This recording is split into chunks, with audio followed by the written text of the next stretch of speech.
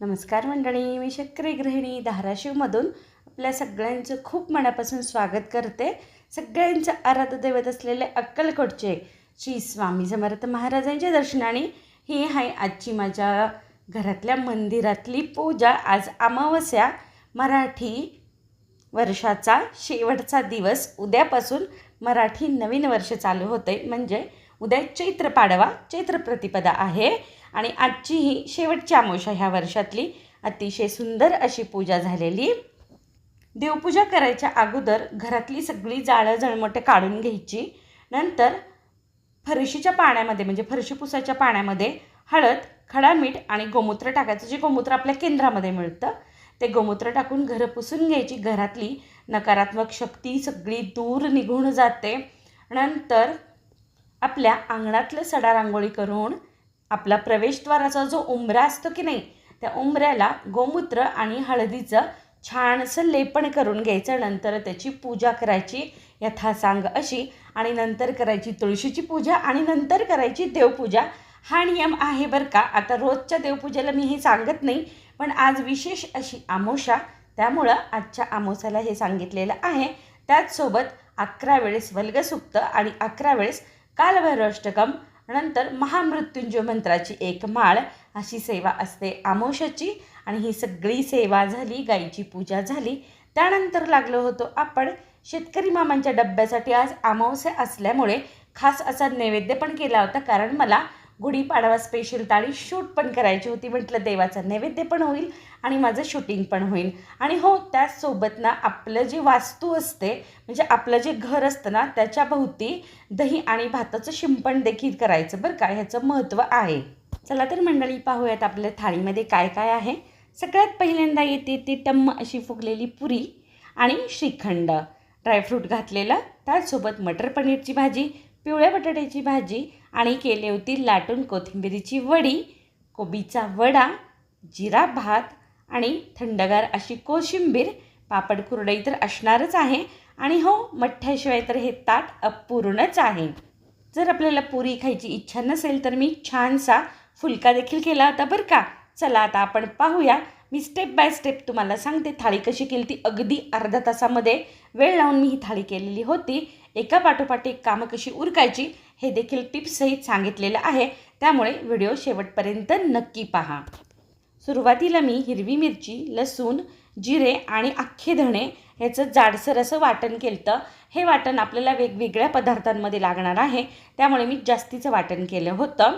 नंतर मी बटाटे उकडून घेतले होते. ते बटाट्याचे साल काढून कट करून एका बाजूला ठेवून घेतले.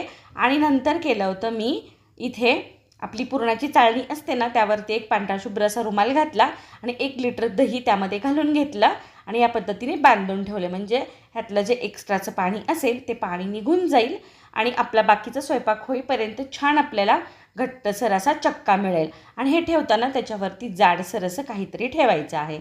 नंतर आपण केलेलं होतं पुरीची तयारी, म्हणजे पुरीचं पीठ भिजवून घेतलं होतं, जेणेकरून ते पीठ छान भिजेल. 1 वाटी गव्हाचं पीठ, त्यामध्ये 2 वाटी बारीक रवा, चवीनुसार मीठ घातलं, थोडंसं पाणी घालून घट्टसर आपण तिंबून बाजूला ठेवणार आहोत झाकण घालून. अजिबात सैल करायची नाही आपल्याला, कणी एकदम घट्ट करायची आहे. कढईमध्ये तेल घातलं, जिरी, मोहरी, कढीपत्ताची छान फोडणी केल्यानंतर त्यामध्ये आपण 1 चमचा हिरवी मिरचीचं वाटण घातलं, उकडलेले बटाटे घातले, चवीनुसार मीठ घातलं आणि हिरवीगार कोथिंबीर घालून छान परतून घेतलं. झाली आपली झटपट अशी पिवळ्या बटाट्याची भाजी तयार. आपली तयारी होती, त्यामुळे अगदी 2 मिनटात आपण भाजी केलेली आहे. यासाठी नियोजन खूप महत्त्वाचं आहे. नंतर आपण केली होती पुढच्या भाजीची तयारी. तर पॅनवरती मी तेल घालून घेतलं आणि चिमूटभर त्यामध्ये मीठ घातलं. मीठ का घातलं सांगते पुढे. आणि नंतर त्यामध्ये घातले आपण पनीरचे ह्या पद्धतीने केलेले तुकडे. मीठ घालण्याचं कारण होतं, ज्यावेळेस आपण पनीर ह्यामध्ये शॅलो फ्राय करू त्याला थोडंसं मीठ जातं मध्येपर्यंत आणि पनीरच्या भाजीला छान चव येते. छान असं पनीर मंद आचेवर आपल्याला ह्या पद्धतीने शॅलो फ्राय करायचं आहे आणि कोमट केलेल्या पाण्यामध्ये घालून घ्यायचं आहे, जेणेकरून पनीर आपलं कडक होणार नाही भाजीमध्ये जेव्हा आपण घालू तेव्हा. आणि हे पाणी आपल्याला लागलं तर आपण भाजीसाठी देखील यूज करणार आहोत. हे पाणी कोमट आहे. त्यानंतर आपण प्युरीची तयारी केली. पॅनवरती जे तेल होतं ना तर तेलामध्येच मी 2 उभे चिरलेले कांदे घातले. कांदे परतत आले की त्यामध्ये मुठभर असे काजू घालून घेतले. आलं लसूण घालून छान असं मंद आचेवर भाजून घेतलं. अगदी झटपट होणारी भाजी आहे बरं का. आणि त्यानंतर घातले 2 टोमॅटो, ते देखील छान परतून घेतले, प्युरी करून घेतली. त्याच पॅनवरती मी थोडंसं तेल वाढवलं आणि त्यानंतर त्यामध्ये खडे मसाले घातले. तमालपत्र, दालचिनी, मिरे आणि लवंग ते छान परतले. थोडेसे जिरे पण घातले. ते छान परतले की त्यामध्ये आपण प्युरी घालून घेतली आणि प्युरी चांगली तेल सुटेपर्यंत परतून घेतली. परततानाच त्यामध्ये आपण सुके मसाले देखील घातलेले आहेत. सुक्या मसाल्यांमध्ये बेडगी मिरची पावडर, हळद आणि किचन किंग मसाला आणि मी थोडासा घातला होता मालवणी मसाला वेगळी चव येण्यासाठी. छान सगळं तेल सुटेपर्यंत परतायचं. जर आपल्याला लागलंच तर आपण पनीर जे भिजवत घातलं होतं त्यातलं थोडंसं पाणी ॲड करायचं. ओले मटार घालून घेतले. छान सगळं मिक्स करून आपण शिजवून घेणार आहोत तेल सुटेपर्यंत. आणि छान असं तेल दिसायला लागलं. आपल्याला हवी तेवढी प्युरी करायची, घट्ट पातळ आपण आपल्या आवडीनुसार करू शकतो. चवीनुसार मीठ घालायचं, छान असं परतून घ्यायचं. त्यामध्ये घालायचे पनीरचे क्यूब आणि पनीरचे क्यूब घातल्यानंतर एक दणदणीत अशी वाफ काढायची, जेणेकरून पनीरमध्ये खूप छान चव जाते. सगळ्या मसाल्यांची तुम्ही पाहताल कढईने खूप छान असं तेल सुटलेलं आहे. त्यानंतर घालायची त्यामध्ये कसुरी मेथी, छान असं मिक्स करून घ्यायचं. झाली आपली झटपट अशी मटार पनीरची भाजी तयार. अगदी 5 मिनटात आपण बोलत बोलत भाजी केलेली आहे. थोडंसं वेळेचं नियोजन केलं व्यवस्थित की भाज्या अतिशय उत्कृष्ट होतातच, पण आपल्याला पण शीन येत नाही सणासुदीचा बरं का. त्यानंतर घातली त्याच्यावरती हिरवीगार कोथिंबीर. झाली आपली मटर पनीरची अशी झटपट भाजी तयार. नंतर इथे मी 1 कोथिंबीरीची जुडी छान स्वच्छ निवडून घेतली आणि चॉपरमध्ये चिरून घेतली होती बरं का, म्हणजे एकदम बारीक चिरता यावी म्हणून. त्यामध्ये 2 भाग बेसन, 1 भाग तांदळाची पिठी, हिरव्या मिरचीचं वाटण, चवीनुसार मीठ, हळद घातलं. सुरुवातीला सगळं छान असं मिक्स करून घेतलं आणि अगदी 2-3 थेंब म्हणजे 2-3 चमचे पाणी घालून घट्टसर आपण गोळा करून घेतला आणि तो साईडला ठेवला. त्यानंतर आपण भाताची तयारी केली. 1 वाटी अख्खा बासमती तांदूळ स्वच्छ धुवून मी 5 मिनटं भिजू घातला. कढईमध्ये 2 ते 3 चमचे तूप घातलं. त्यामध्ये भरपूर असे जिरे म्हणजे 1 ते 1.5 चमचा जिरे, हिरवी मिरची आणि घातली आपण काजूचे तुकडे. सगळं छान परतल्यानंतर त्यामध्ये घातली 3 वाटी पाणी. आपण 1 वाटी तांदूळ घेतलेला होता म्हणून हे 3 वाटी पाणी घातलं. छान पाण्याला उकळी आली की त्यामध्ये घालायचा धुतलेला तांदूळ आणि मस्त असं मंद आचेवर शिजवून घ्यायचं. या पद्धतीनं केलेला भात अगदी झटपट होतो. कुकरला जर आपण जिरा भात घातला ना तर पाण्याचं नियोजन जर थोडंसं जरी इकडे तिकडे झालं गडबडीच्या वेळी, कसं आपण सणाचा स्वयंपाक करत असताना थोडीशी गडबड असते आपल्याला, मग चिकट होऊ शकतो किंवा पाहुणे आल्यानंतर पण आपल्याला गडबड असते ना, तर त्यावेळी ही अगदी झटपट अशी पद्धत आहे. पटकन भात फोडणी टाकायची आणि दुसऱ्या गॅसवर शिफ्ट केलं की आपलं काम चालू राहतं. भाताला पाहत अगदी 5 ते 10 मिनटामध्ये हा तांदूळ शिजला जातो. तुम्ही पाहताल अगदी माझं एकच पदार्थ झाला भात घातल्यानंतर, अगदी व्यवस्थित असा माझा भात शिजून तयार झाला आणि अगदी मोकळा फटफटीत असा होतो बरं का हा भात. त्यानंतर मी केलं होतं आपलं श्रीखंड. तर जे आपण दही बांधून ठेवलं होतं ते दही छान कोरडं झालं. ते एका बाउलमध्ये काढून घेतलं. त्यामध्ये 1 वाटी पिठी साखर, 1 चमचा वेलची आणि जायफळची पूड, नंतर घातले आपल्याला हवे ते ड्रायफ्रूट्स. आणि मी जेव्हा दही बांधून ठेवलं ना त्यावेळेसच मी केसर कोमट दुधामध्ये भिजू घातलं होतं. हे मी अगोदर दाखवायचं विसरले. आणि ते दुधासहित केशर घालून घ्यायचं, छान असं मिक्स करायचं. असं केल्याने क्रीमी टेक्स्चर खूप छान येतं. एकदम झटपट आपलं श्रीखंड तयार होतं. मध्ये मध्ये मी भाताला देखील पाहत होते. पाणी आटलं की नंतर मी झाकण घातलं आणि 5 मिनटं झाकण घालून मी भात ठेवला. अगदी आपला मोकळा असा फटफटीत जिरा राईस तयार झालेला आहे. शेवटी घातली हिरवीगार कोथिंबीर. नंतर केला होता मी कोबीचा वेगळ्या प्रकारचा वडा. त्यासाठी मी पाव किलो पत्ताकोबी स्वच्छ धुवून घेतला, जाडसर किसून घेतला. त्यामध्ये हिरव्या मिरचीचं वाटण घातलं, 2 भाग घातले बेसन, 1 भाग घातलं आपण तांदळाचं पीठ, चवीनुसार मीठ घातलं, थोडीशी हळद घातली आणि तिंबून साईडला ठेवलं. आणि नंतर आपण जी पुऱ्याची कणिक तिंबली होती ती थोडीशी तेलाचा हात घेऊन मऊ करून घेतली, जेणेकरून आपल्याला पुऱ्या एकसारख्या छान लाटता याव्यात. म्हणून आपण पुऱ्या लाटताना पीठ अजिबात लावणार नाही आहोत बरं का. आणि कसं होतं, कोथिंबीर किंवा तीळ अशा सगळ्या वस्तू तिथे असतात आपण स्वयंपाक करताना, त्यामुळे हाताला कधी आलं तर ते थोडंसं माझ्याकडनं कणकेला कोथिंबीरीचा कण लागला होता, तो मी काढून घेतलेला आहे. कारण शूटिंग चालू असताना थोडंसं जबाबदारीने काम करावं लागतं. आणि तेल लावून छान अशा पुऱ्या लाटून घेतल्या. मस्त एकसारख्या लाटायच्या आहेत, जास्त जाड नाही किंवा जास्त पातळ नाहीत बरं का. आणि कडा पण व्यवस्थित लाटायच्या आहेत. माझ्या पुऱ्या लाटून झाल्या. तोपर्यंत काय केलं होतं मी, आपल्याला तर सगळं तळण काढायचं म्हणून सगळ्या पदार्थांना लागेल इतकं तेल मी कढईमध्ये गरम करायला ठेवलं. आणि ज्या गोष्टी आधी आवश्यक आहेत त्या मी आधी तळणार आहे, ते मी तुम्हाला पुढे सांगतेच.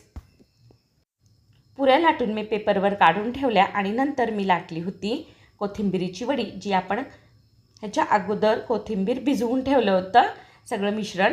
आणि आपला जो बटर पेपर असतो त्याला थोडंसं तेल लावायचं, लाटण्याला तेल लावायचं आणि छान पातळसर अशी पोळी लाटतो त्या पद्धतीनं ही वडी लाटून घ्यायची आहे.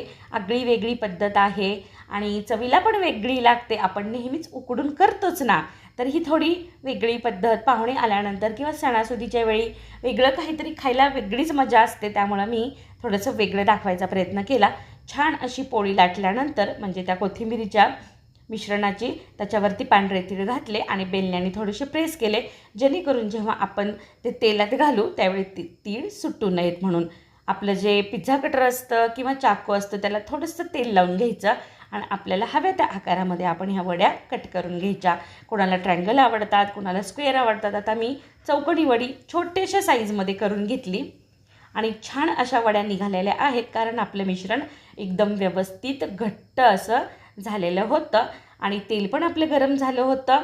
आता आपण सुरुवातीला तेल गरम झालं ना, तर त्यासाठी कमी गरम तेलामध्ये सुरुवातीला पापडच तळायचे बरं का. कारण जर आपण पापड नंतर तळले तर पापड लगेच लाल होतं, म्हणून सगळे पापड तळून घेतले. आणि नंतर नंबर आला तो कुरडईचा. कुरडईशिवाय तर आपल्या महाराष्ट्रातलं ताट अपूर्णच आहे. छान अशा नव्या कुरवड्या केलेल्या आहेत. हा व्हिडिओ मी आता उद्या किंवा परवा टाकणार आहे, नक्की बघा. छान कुरवड्या तळून झाल्यानंतर आपण तळल्या होत्या टम्म फुगलेल्या पुऱ्या. तेलाचं टेम्परेचर व्यवस्थित असेल तर सगळ्या पुऱ्या छान फुगतात बरं का. आणि मी वडी तळायच्या अगोदर पुऱ्या तळलेल्या आहेत, जेणेकरून जर वडीचं तीळ जरी तेलामध्ये आले तर त्या पुरीवर असे काळसर दिसणार नाहीत, म्हणून मी अगोदर पुरी तळून घेतली. पुऱ्या तळून साईडला केल्या. नंतर आपण जो कोबीचं मिश्रण वड्यासाठी तिंबलं होतं ते सगळे वडे हातावरती गोल करून ह्या पद्धतीनं मी घालून घेतले कडकडीत तेलामध्ये. आणि सुरुवातीला पहिले जे 2-3 घातले होते ना ते पटकन लाल झाले आणि नंतर छान असं रंग बदलेपर्यंत ते वडे तळून घेतले. आणि नंबर आला तो कोथिंबिरीचा. कडकडीत तेलामध्ये कोथिंबीर वडी एकदम भन्नाट तळली जाते बरं का. आणि त्यामुळेच हिला शेवटी ठेवली होती. आणि आता ताट वाढायला घेऊया. तसं तर पहिला नंबर येतो ताट वाढताना मीठ आणि लिंबाचा किंवा लोणच्याचा, पण आता आपल्या ताटामध्ये जागाच राहणार नाही म्हणून मी सेपरेट ठेवलं होतं, जर लागलं तर घेतील म्हणून. पापड कुरडई, कोथिंबिरीची वडी, कोबीचा वडा, नंतर मटर पनीरची ग्रेव्हीची भाजी, अतिशय सुंदर अशी भाजी झालेली. आणि त्यानंतर आपलं श्रीखंड, जे गुढीपाडवा स्पेशल आहे, भन्नाट चवीचं झालं होतं बरं का. हे घरची चव वेगळीच असते. त्यानंतर थंडगार अशी काकडीची कोशिंबीर. आता काकडीची कोशिंबीर आपण 8च दिवसापूर्वी आपल्या चॅनलवर अपलोड केलेली आहे, पाहिली नसेल तर नक्की पहा, त्यामुळंच मी शूट केलेले नाही आहे. नंतर पिवळ्या बटाट्याची भाजी, छान अशी. बटाट्याच्या भाजीशिवाय आपलं महाराष्ट्रीयन ताट अधुरं आहे, म्हणजे अर्ध आहे बरं का. आता ते आमच्या भागात थोडं हिंदी आणि मराठीचं कॉम्बिनेशन होतं, त्यामुळे ते पटकन तोंडातून येतं, पण ठीक आहे, चालायचंच आता. आणि नंतर जिरा भात, मस्त मोकळा फटफटीत जिरा भात झालेला आहे आपला. सुंदर असं ताट झालेलं आहे. त्यानंतर नंबर येतो तो टम्म अशा फुगलेल्या आपल्या पुऱ्यांचा.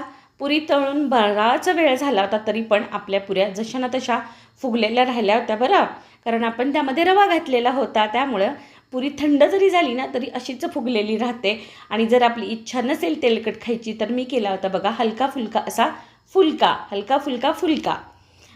आता ते बोलताना कॉम्बिनेशनच तसं येतं आहे, काय करणार. आणि त्याला मी तेल तूप अजिबात काही लावलेलं नव्हतं. मस्त असं आपलं ताट तयार आहे.